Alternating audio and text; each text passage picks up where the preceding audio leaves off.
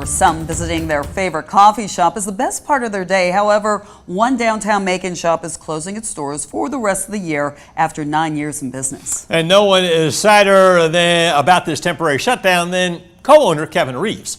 Jessica Cha is live to tell us what exactly is going on down there. Yes, Frank and Lori, I'm in front of the now closed Taste and See. Reeves had actually been here since 7 a.m., so they closed their doors at 2 p.m., greeting customers new and old.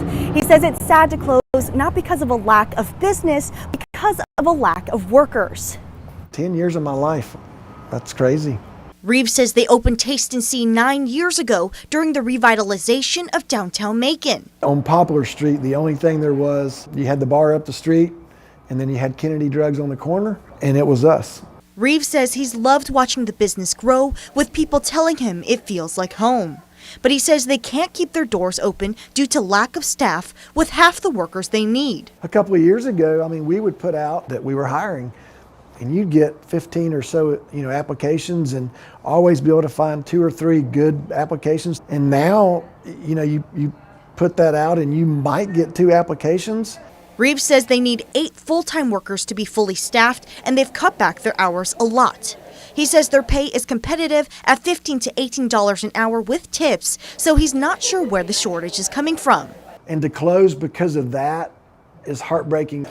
Yeah, their closing is sad, of course. Stephen Finley has been coming to Taste and See since it's opened and met his future wife there. This place was a refuge. We're gonna miss them and we don't want to see them go.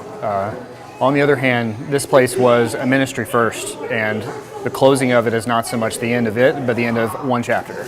And it's a shame that they're closing, because I hate to see any individually owned type of establishment close. Mike Seekins owns Famous Mike's next door. He says he can relate to the staffing shortages. We have had to close 2 days in the last year because of stuff like that. We don't want to see any empty restaurants or buildings whatsoever. Now, Reeves says that they will be back in the spring and that they'll give it another try. He says for right now, he loves all of his Taste and See family and he hopes to see them soon. Live in Macon, Jessica Cha, 13 WMAZ News. Back to you guys at the desk. Yeah, Reeves also says if you'd like to work for Taste and See in the spring, you can apply by messaging their social media pages. He says he'll check and reply to all messages.